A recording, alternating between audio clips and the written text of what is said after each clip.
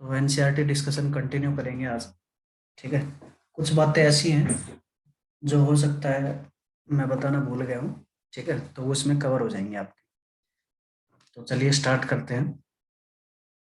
Last time हम ये वाले रिएक्शन पढ़ रहे थे। ठीक है, मैंने आपको बताया था कि ये भी एक रेडॉक्स रिएक्शन है। अब यहाँ पे देखिए काफ़ी बार जो है आपसे क्वेश्चन पूछ लेते हैं कि जब आप फेरस सल्फेट को हीट करते हैं तब इसका कलर चेंज हो जाता है। कुछ इस तरह की बातें पूछ लेते हैं।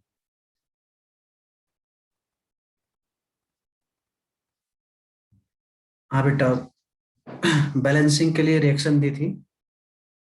थर्ड वाली क्या थी एक बार बताओ मुझे।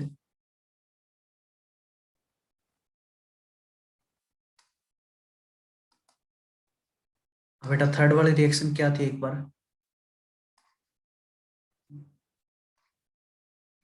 बताओ जल्दी, कौन सी रिएक्शन थी प्रिंस? मुझे याद नहीं है क्या होमवर्क दिया था मैंने। एक बार रिएक्शन बता दो, उसका देखते हैं।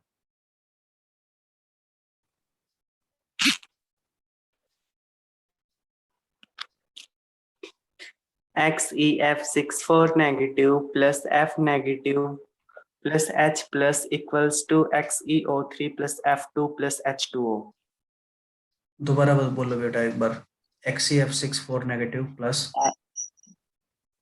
F F negative negative plus plus H plus H plus plus will be giving equals to XeO3 XeO3 plus F2 plus F2।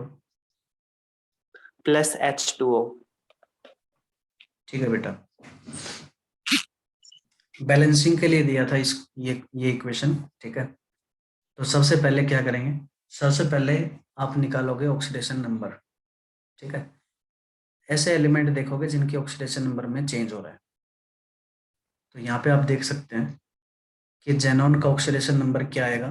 Xenon को अगर x मान लेते हो तो ये आपके पास x minus 6 will be equal to -4, ये आ जाएगा। तो x आ जाएगा +2। ठीक है, तो जेनॉन का ऑक्सीडेशन नंबर यहाँ से आप निकाल चुके हो +2। +2 निकल गया, ये लिख लो। अब फ्लोरीन जो है -1 में है, ये भी -1 में है। हाइड्रोजन +1 में है। जेनॉन यहाँ पे +6 में चला गया, ऑक्सीजन -2 में, और ये 0 में। +1 -2, सबका ऑक्सीडेशन नंबर निकाल के लिख दिया हमने। ठीक है, उसके बाद क्या करना था, उसके बाद हमने चेंज देखना था। तो चेंज जो है आप देख सकते हो जेनॉन में चेंज हो रहा है। जेनॉन में चेंज हो रहा है, तो जेनॉन में चेंज आप देख सकते हैं, इसका ऑक्सीडेशन हो रहा है। Increase in oxidation number is called oxidation. ठीक है, और उसके अलावा आप देख सकते हैं कि फ्लोरीन जो है फ्लोराइड आयन फ्लोरीन गैस के अंदर कन्वर्ट हो रहा है। तो इसका इसका यहाँ पे हो रहा है, एक मिनट।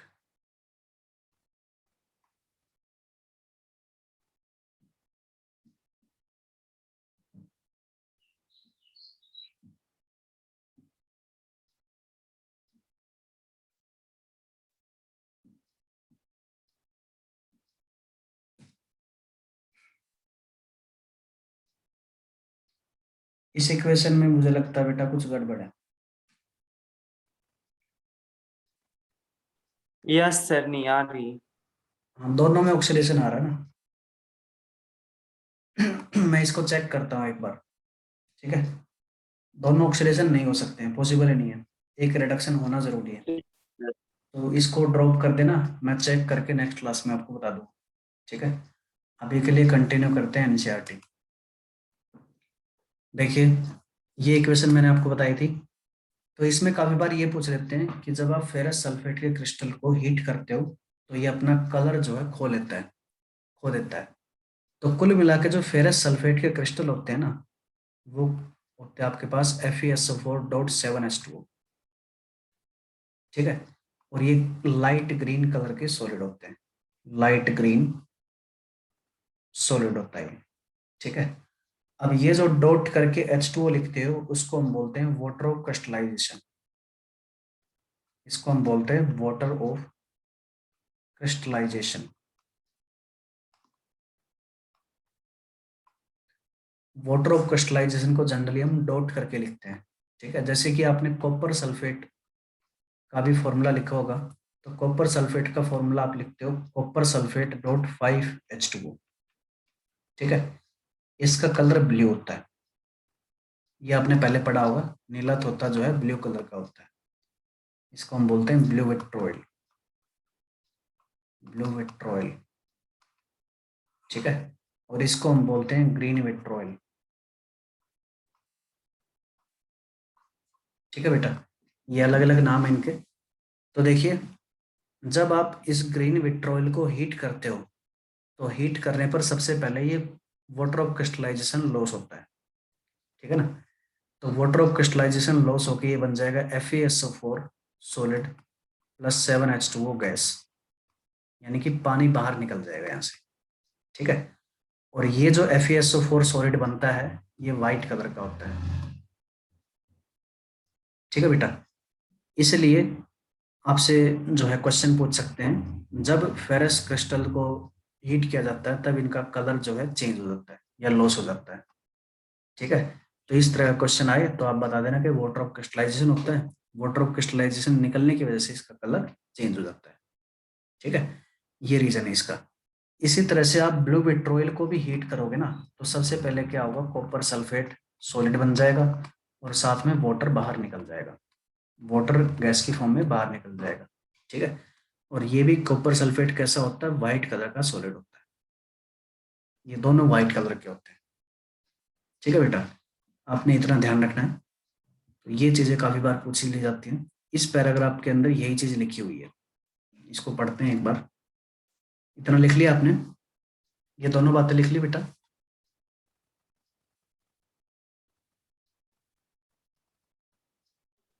Yes sir. देखिए इस पैराग्राफ को पढ़ो एक बार। इस रिएक्शन के अंदर क्या होता है, single reactant break down to give simpler products, this is decomposition reaction, ठीक बात है, डिकम्पोजिशन है। Ferrous sulphate crystal, ferrous sulphate का क्रिस्टल जो है एक्चुअल में ये फॉर्मूला होता है इसका, ठीक है। Loses water when heated and the colour of the crystal changes, इसका कलर जो है क्रिस्टल का ये चेंज हो जाता है, ये तो मैंने बता ही दिया आपको, ठीक है। It then decomposes to ferric oxide, जब ये कलर चेंज हो जाता है, वाटर ऑफ क्रिस्टलाइजेशन निकल जाता है, उसके बाद डिकम्पोजिशन होना स्टार्ट होता है, और डिकम्पोजिशन में प्रोडक्ट बनता है ferric oxide, sulphur dioxide and sulphur trioxide, ठीक है। ये तीनों प्रोडक्ट बनते हैं। इन दोनों गैसेस की कैरेक्टरिस्टिक्स हमने पढ़ ली थी। ये सॉलिड कैसा होता है, तो ये सॉलिड होता है आपके पास रेडिश ब्राउन, ठीक है, रेडिश ब्राउन कलर का ये सॉलिड होता है। तो ये बातें आपने याद रखनी है। उसके बाद देखिए कैल्शियम कार्बोनेट का डिकम्पोजिशन बता रखा है। तो कैल्शियम कार्बोनेट, इसको हम बोलते हैं लाइमस्टोन, ये जो है आपका मार्बल के अंदर भी होता है, मार्बल का मेन कंपोनेंट होता है कैल्शियम कार्बोनेट, ठीक है बेटा। तो जब इसको हीट किया जाता है तो ये क्विक लाइम के अंदर कन्वर्ट हो जाता है, साथ में CO2 प्रोड्यूस होती है, ठीक है। और CO2 प्रोड्यूस होने का जो है आप ये पूछ सकते हैं कि क्या एक्सपेरिमेंट है, तो एक्सपेरिमेंट मैंने आपको बता ही दिया। एक्सपेरिमेंट कौन सा था इसके लिए, लाइम वाटर टेस्ट, ठीक है। इसको आप टेस्ट कर सकते हैं CO2 को। और कैल्शियम ऑक्साइड बनाने की जरूरत क्या पड़ी, तो कैल्शियम ऑक्साइड जो है मैन्युफैक्चर ऑफ सीमेंट में काम आता है। जब आप सीमेंट बनाते हो तो उसके अंदर काफी सारी अमाउंट कैल्शियम ऑक्साइड की डालनी पड़ती है, ठीक है बेटा। तो इसलिए ये रिएक्शन की जाती है जनरली। तो इसको आप ध्यान रखोगे, calcium oxide is a main component of cement. बाकी सीमेंट के और भी बहुत सारे कंपोनेंट होते हैं, उनके बारे में बाद में डिस्कस करेंगे मेटल नॉन मेटल में, ठीक है। अभी के लिए आप इतना ही याद रखना कि calcium oxide is used as a component in cement, every type of cement, जितनी भी टाइप की सीमेंट होती है हर एक टाइप के अंदर कैल्शियम ऑक्साइड का यूज होता है, ठीक है बेटा। और भी डिकम्पोजिशन का एग्जाम्पल हो सकता है। तो डिकम्पोजिशन का नेक्स्ट एग्जाम्पल आपका लेड नाइट्रेट की हीटिंग, ठीक है। लेड नाइट्रेट की हीटिंग में,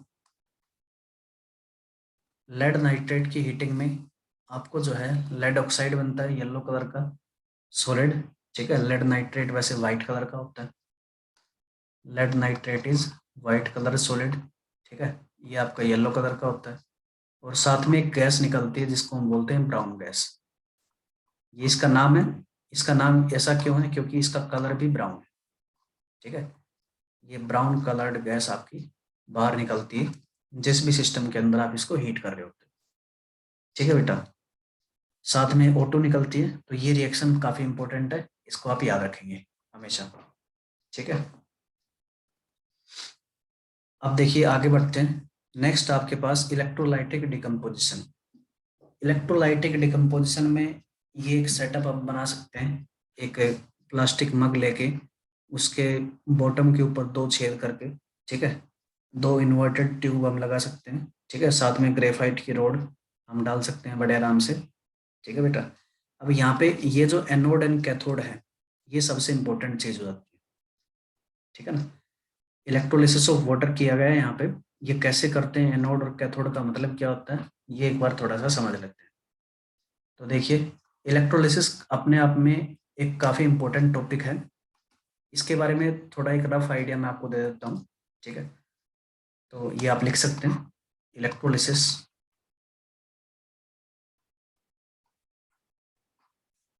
इलेक्ट्रोलिसिस का मतलब होता है, इलेक्ट्रो का मतलब होता है इलेक्ट्रिसिटी, लाइसिस का मतलब होता है ब्रेक, यानी कि इलेक्ट्रिसिटी की हेल्प से किसी चीज को आप ब्रेक करते हो तो वो कहलाएगा इलेक्ट्रोलिसिस। इलेक्ट्रोलिसिस में बहुत सारे कंपोनेंट्स होते हैं जिनको हम बोलते हैं कंपोनेंट्स ऑफ इलेक्ट्रोलिसिस। तो कंपोनेंट्स क्या क्या होते हैं, तो सबसे पहले आपको चाहिए इलेक्ट्रोलाइट, इलेक्ट्रोलाइट, और दूसरी चीज आपको चाहिए conducting rods, conducting rods. Conducting rods को हम बोलते हैं इलेक्ट्रोड्स, इलेक्ट्रोड्स। तो इलेक्ट्रोलिसिस में आपको एक चाहिए इलेक्ट्रोलाइट और दूसरा चाहिए इलेक्ट्रोड, ठीक है। इलेक्ट्रोलाइट का मतलब क्या होता है, तो इलेक्ट्रोलाइट का मतलब होता है एक ऐसा सब्सटेंस जिसके थ्रू इलेक्ट्रिसिटी पास हो सके, ठीक है। ये substance which can conduct electricity, which can conduct electricity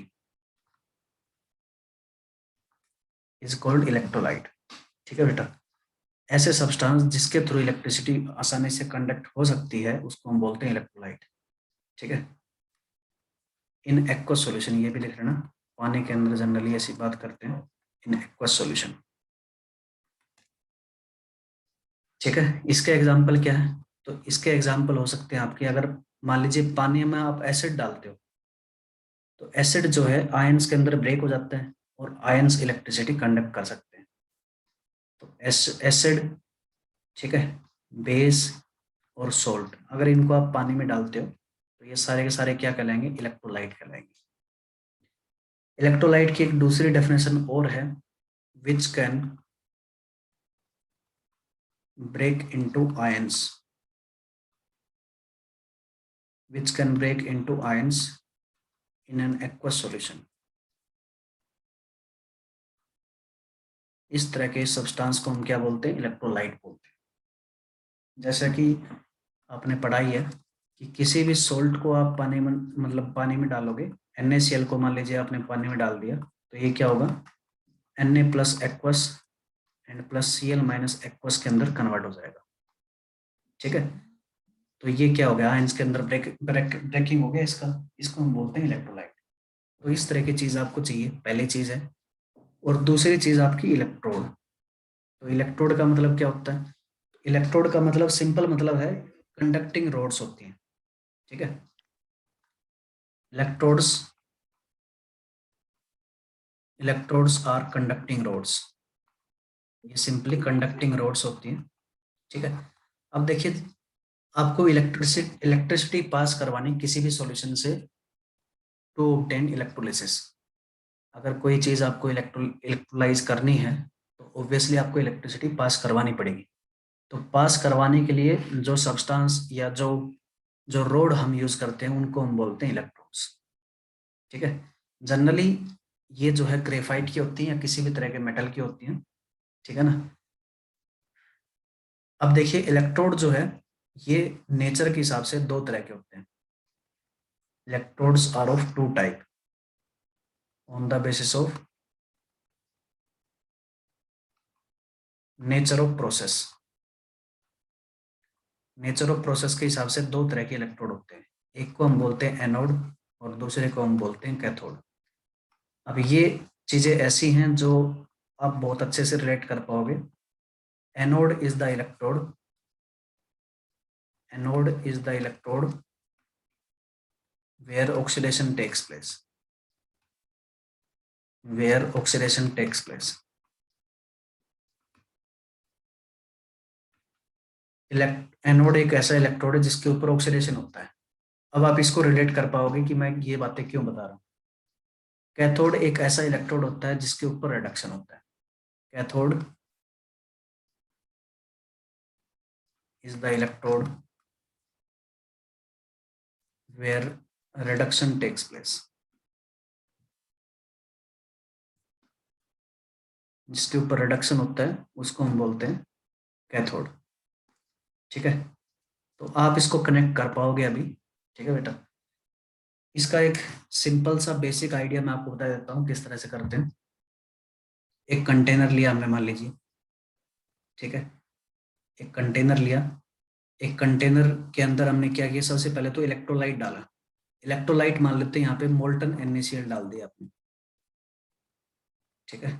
molten NaCl, molten का मतलब होता है पिघला हुआ, ठीक है। लिक्विड स्टेट में NaCl आपने ले लिया। इसमें हमने दो कंडक्टिंग रोड्स डाली, ठीक है। ये कंडक्टिंग रोड ग्रेफाइट की थी, ग्रेफाइट की कंडक्टिंग रोड्स थी, ठीक है। फिर हमने क्या किया, हमने इसके थ्रू एक बैटरी अप्लाई की, ठीक है। बैटरी अप्लाई की। बैटरी का जो बड़ा डंडा होता है उसको, उसका आपको पता है पॉजिटिव चार्ज होता है इसके ऊपर और इसके ऊपर नेगेटिव चार्ज होता है। तो कुल मिला के जो इलेक्ट्रोड आपका पॉजिटिव टर्मिनल से कनेक्टेड होगा वो पॉजिटिवली चार्ज इलेक्ट्रोड होगा आपका, और जो नेगेटिव टर्मिनल से अटैच्ड होगा वो नेगेटिवली चार्ज होगा। जैसे कि आपने देखा भी होगा कि कोई भी सेल आप यूज करते हैं, जैसे कि रिमोट में सेल आप यूज करते हैं, ठीक है, घड़ियों में सेल यूज करते हैं, तो उनके ऊपर पॉजिटिव और नेगेटिव लिखा होता है। तो पॉजिटिव नेगेटिव का मतलब यही होता है, ठीक है। अब देखिए पॉजिटिव, ये पॉजिटिवली चार्ज हो गया आपकी पूरी की पूरी इलेक्ट्रोड, और ये नेगेटिवली चार्ज हो गया, और इसके अंदर आपने इलेक्ट्रोलाइट डाला हुआ है NaCl, ठीक है। अब NaCl जो है Na+ और Cl- में कन्वर्ट हो चुका, मतलब पहले से ही कन्वर्ट होता है। आपको पता है NaCl क्या है, एक सोल्ट है। तो NaCl जो है एग्जैक्टली Na+ और Cl- के अंदर होगा। अब ये लिक्विड स्टेट में है। आपको पता होना चाहिए कि NaCl सॉलिड जो होता है नॉन कंडक्टर ऑफ इलेक्ट्रिसिटी होता है, नॉन कंडक्टर ऑफ इलेक्ट्रिसिटी, ठीक है। और NaCl अगर आप मोल्टन में ले लेते हो तो ये कंडक्टर ऑफ इलेक्ट्रिसिटी होगा, कंडक्टर ऑफ इलेक्ट्रिसिटी।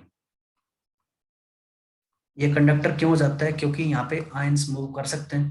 भाई मोल्टन स्टेट है, मोल्टन में तो आयन बड़े आसानी से फ्रीली मूव कर सकते हैं। अगर मूवमेंट हो सकती है तो ये इलेक्ट्रिसिटी कंडक्ट कर सकते हैं। और अगर आप पानी में लेते हो NaCl को एक्वा स्टेट में, तो भी ये कंडक्टर ऑफ इलेक्ट्रिसिटी होता है। ये ध्यान रखना, ठीक है। और ये लगभग हर एक आयनिक सॉलिड के लिए होगा। ऐसा लगभग हर एक आयनिक सॉलिड के लिए होता है। जितने भी आयनिक कंपाउंड होते हैं उन सब के लिए, अगर वो सॉलिड स्टेट के अंदर है तो नॉन कंडक्टर ऑफ इलेक्ट्रिसिटी होगा। मोल्टन और एक्वा स्टेट में तो ये कंडक्टर ऑफ इलेक्ट्रिसिटी होंगे। अब देखिए कंडक्टर ऑफ इलेक्ट्रिसिटी है, इसका मतलब NaCl आपका Na+ एंड Cl- की फॉर्म में यहाँ पे प्रेजेंट होगा। यहाँ पे आपको जो है NaCl Na+ एंड Cl- की फॉर्म में मिलेगा, ठीक है। अब देखिए ये जो Na+ एंड Cl- है, ये चार्ज है आपके। कुल मिला के जो पॉजिटिवली चार्ज इलेक्ट्रोड है आपका, भाई इसके ऊपर तो पॉजिटिव चार्ज है पूरा का पूरा। इस पॉजिटिवली चार्ज इलेक्ट्रोड के ऊपर क्या आएगा, क्लोराइड आयन आएगा, जो कि नेगेटिव और पॉजिटिव एक दूसरे को अट्रैक्ट करेंगे।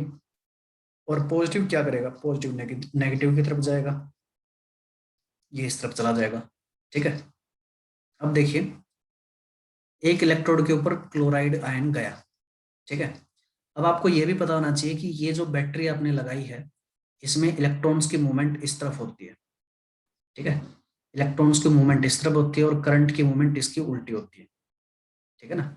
ये आपको पता होना चाहिए, करंट की डायरेक्शन जो है इसका उल्टा होता है, ये आई करंट है। तो कुल मिला के ये बैटरी क्या करेगी, यहाँ से इलेक्ट्रॉन्स को एक्सट्रैक्ट करेगी, निकालेगी। इलेक्ट्रॉन कहाँ से निकालेगी? अब इलेक्ट्रॉन का सोर्स क्या होगा? ये क्लोराइड आयन होगा।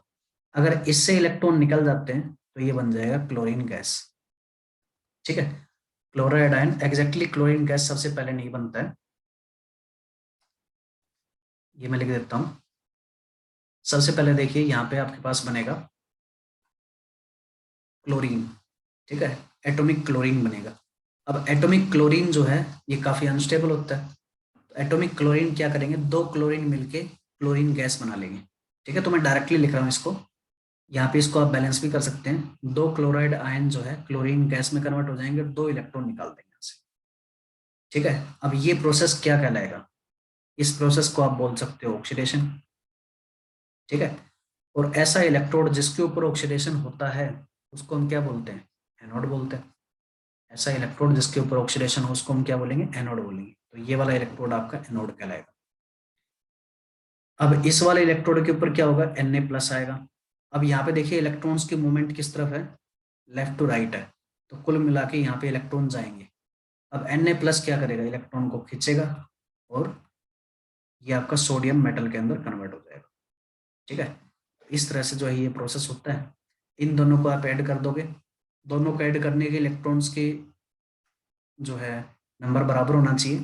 यहाँ पे 2Na+ plus 2 electron giving 2Na कर सकते हो, इलेक्ट्रॉन से इलेक्ट्रॉन कैंसिल हो जाएंगे। 2Na+ plus 2Cl- will be giving 2 sodium solid plus Cl2 gas, ये आप बता सकते हैं।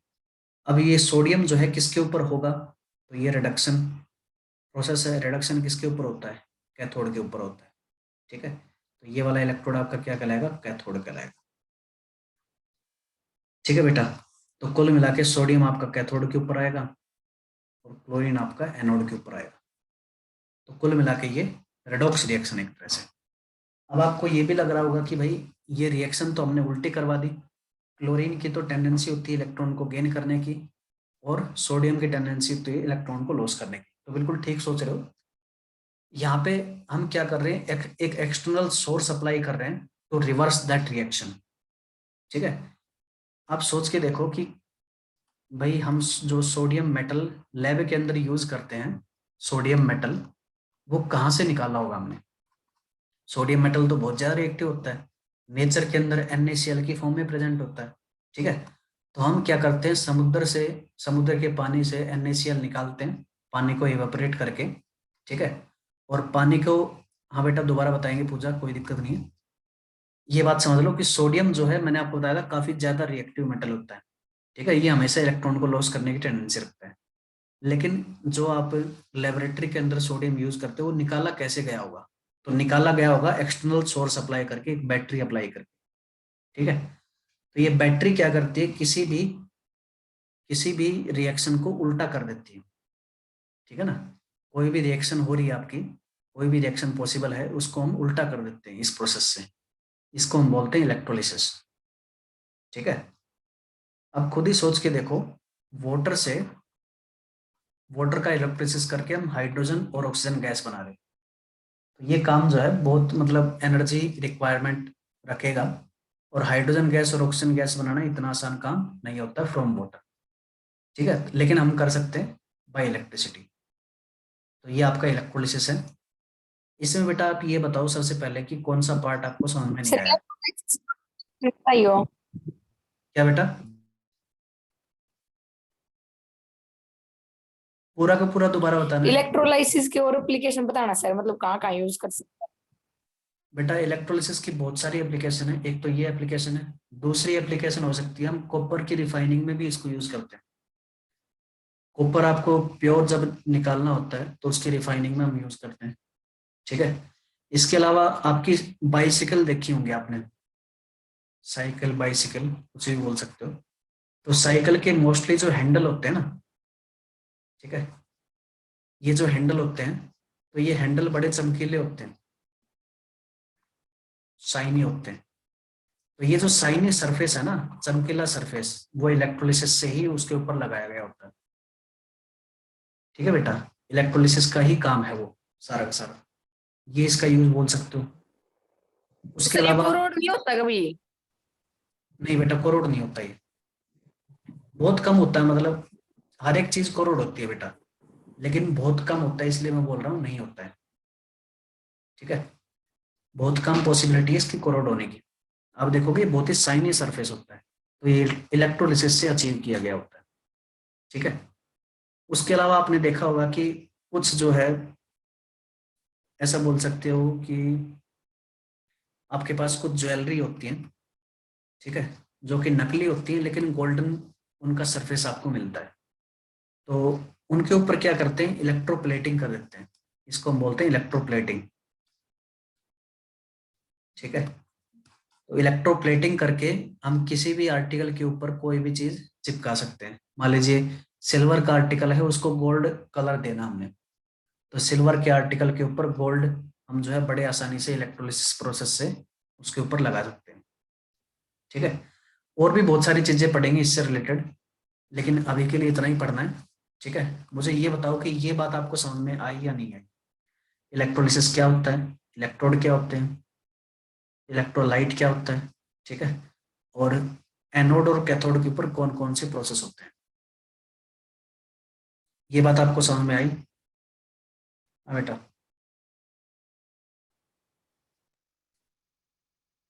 Yes sir. अब देखिए मुद्दे की बात के ऊपर आते हैं। जो इलेक्ट्रोलिसिस हम कर रहे हैं यहाँ पे एनसीईआरटी में, वो वाटर का इलेक्ट्रोलिसिस है। जो यहाँ पे कर रहे हैं हम, ये वाटर का इलेक्ट्रोलिसिस है। ठीक है, और वाटर के अंदर, वाटर के बारे में थोड़ा सा आपको रफ आइडिया होना चाहिए कि वाटर जो है बहुत ही कम कंडक्टर होता है इलेक्ट्रिसिटी, बहुत ही वीक कंडक्टर या बोल सकते हैं। Water is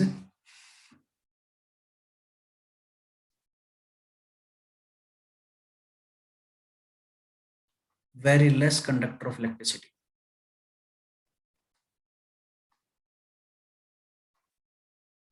In its pure state. अगर वाटर की प्योर स्टेट देखते हैं, वाटर की प्योर स्टेट के बारे में पता होना चाहिए। वाटर जो है प्योर स्टेट में कहलाता है डिस्टिल्ड वाटर, डिस्टिल्ड वाटर, ये इसकी प्योर स्टेट कहलाती है वाटर की।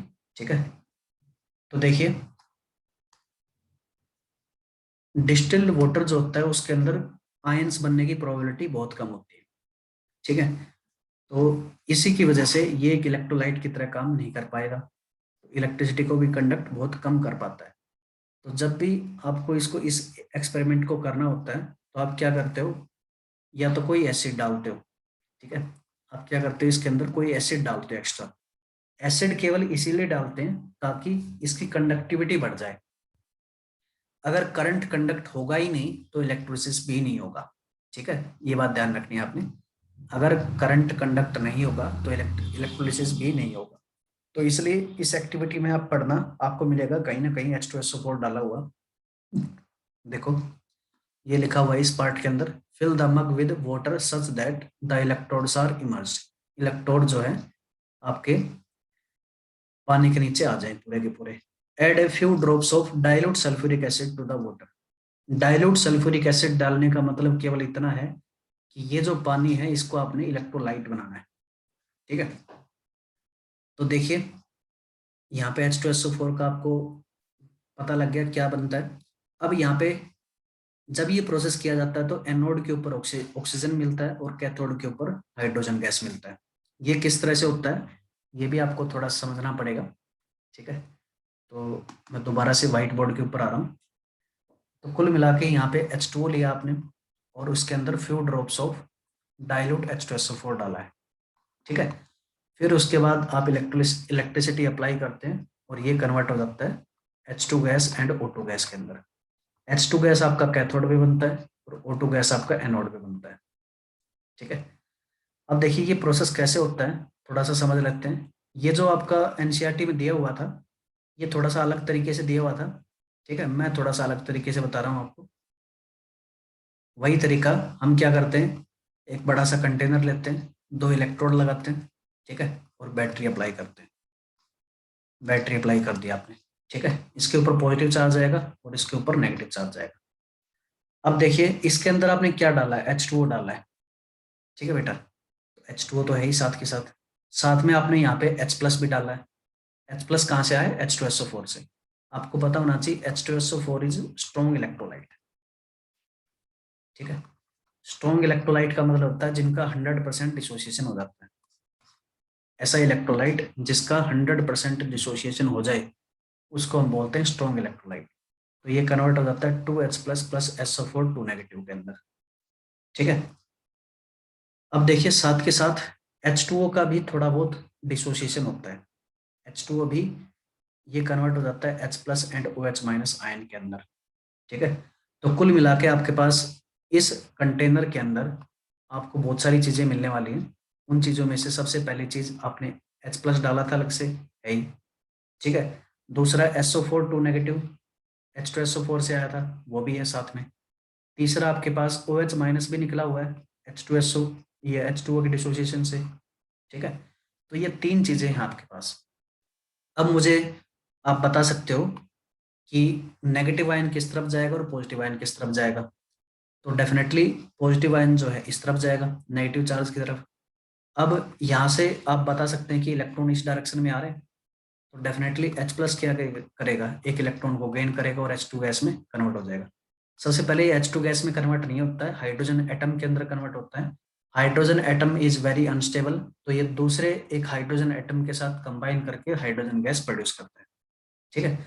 इसको आप बैलेंस कर सकते हैं, तो बैलेंस ये हो जाएगा। उसके बाद देखिए इधर ये दोनों चीजें आती हैं, सल्फेट आयन भी और OH नेगेटिव भी। अब ये वाला प्रोसेस किस पे होता है, ये वाला प्रोसेस कैथोड के ऊपर होता है, ये आप बता सकते हैं। दूसरा प्रोसेस डेफिनेटली एनोड के ऊपर होगा। तो एनोड के ऊपर 2 चीजें हैं आपके पास, SO4 2 नेगेटिव भी और OH माइनस भी, ठीक है। ये दोनों चीजें हैं। अब देखिए ये दोनों का जो है आप ऑक्सीडेशन करवा सकते थे, लेकिन इनमें से सल्फेट आयन का ऑक्सीडेशन नहीं होता है, OH माइनस आयन का ऑक्सीडेशन होता है। और ये ऑक्सीडाइज करके आपको देता है O2 gas plus H plus और साथ में इलेक्ट्रॉन, ठीक है। ये आपको प्रोड्यूस करता है O2 गैस, साथ में H प्लस एंड साथ में इलेक्ट्रॉन। इसको आप बैलेंस कर सकते हो। बैलेंस करने के लिए यहाँ पे 2 लगा दो, यहाँ पे 2 लगा दो और यहाँ पे 2 लगा दो। ये बैलेंस हो गया, आप चेक कर लेना इसको, ठीक है। यहाँ पे 4 लगा दो भाई, ये बैलेंस हो गया, इसको चेक कर लेना। चेक करने के लिए आप ये करेंगे ऑक्सीजन जो है यहाँ पे -2 ऑक्सीडेशन नंबर में है, ये 0 में चला गया। एक एटम 2 इलेक्ट्रॉन लॉस करेगा तो 2 एटम 4 इलेक्ट्रॉन लॉस करेगा, 4 इलेक्ट्रॉन यहाँ पे आ गए। हाइड्रोजन को H प्लस से ही बैलेंस करते हैं। ओवरऑल आपके पास 2 ऑक्सीजन इधर, 2 इधर, 2 हाइड्रोजन इधर, 2 इधर, ये बैलेंस हो गया, ठीक है।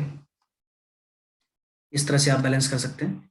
अब इसमें थोड़ा सा कंफ्यूजिंग पार्ट आपको ये लगेगा कि सल्फेट आयन का ऑक्सीडेशन क्यों नहीं हुआ, ठीक है, ये क्यों नहीं हुआ, इसके बारे में मैं डिटेल में बताऊंगा बाद में, ठीक है बेटा। इसके बारे में अभी नहीं बताएंगे। अभी के लिए केवल आप इतना याद रखो कि H प्लस का तो रिडक्शन होता है और OH माइनस का ऑक्सीडेशन होता है, ठीक है।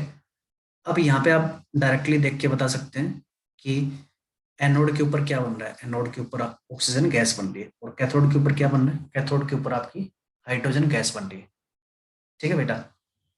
एनसीईआरटी में डायरेक्टली इसको लिख दिया था, एनसीईआरटी में डायरेक्टली लिखा हुआ है कि एनोड के ऊपर क्या बन रहा है, ऑक्सीजन गैस बन रही है और कैथोड के ऊपर आपका हाइड्रोजन गैस बन रही है, ठीक है। किस तरह से बनती है ये मैंने आपको बता दिया। तो सारी की सारी चीजें आपने कनेक्ट कर ली हैं। अब आगे बढ़ते हैं, इसमें कोई डाउट हो तो पूछ सकते हो अभी।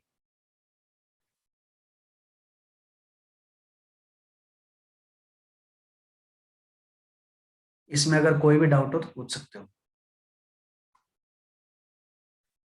चलिए आगे बढ़ते हैं। No doubt sir. देखिए बेटा नेक्स्ट आपके पास ये डिकम्पोजिशन बाय लाइट है। तो लाइट वाले एग्जांपल मैंने बताया था, सिल्वर क्लोराइड हो सकता है। सिल्वर क्लोराइड को अगर लाइट के प्रेजेंस में रखते हो तो सिल्वर बना देता है, ठीक है। ये ग्रे ग्रेइश कलर का आपको सॉलिड मिलता है और chlorine gas parrot green colour की गैस निकलती है। ठीक है, तो ये बात है, इसको आप देख लेना, पढ़ लेना अच्छे से। इसी तरह से सिल्वर ब्रोमाइड भी हो सकता है और सिल्वर आयोडाइड भी हो सकता है। ठीक है बेटा, साथ के साथ मैंने आपको ये भी बताया था कि ये जो रिएक्शन है, ये 2 रिएक्शन मैंने जो आपको लिखवाई हैं, ये ब्लैक एंड व्हाइट फोटोग्राफी के अंदर यूज होते थे। ठीक है, ब्लैक एंड व्हाइट फोटोग्राफी जो पुराने टाइम में चलती थी, उसके अंदर भी इनको यूज किया जाता था। ठीक है, तो यूज करने का मेथड वही था।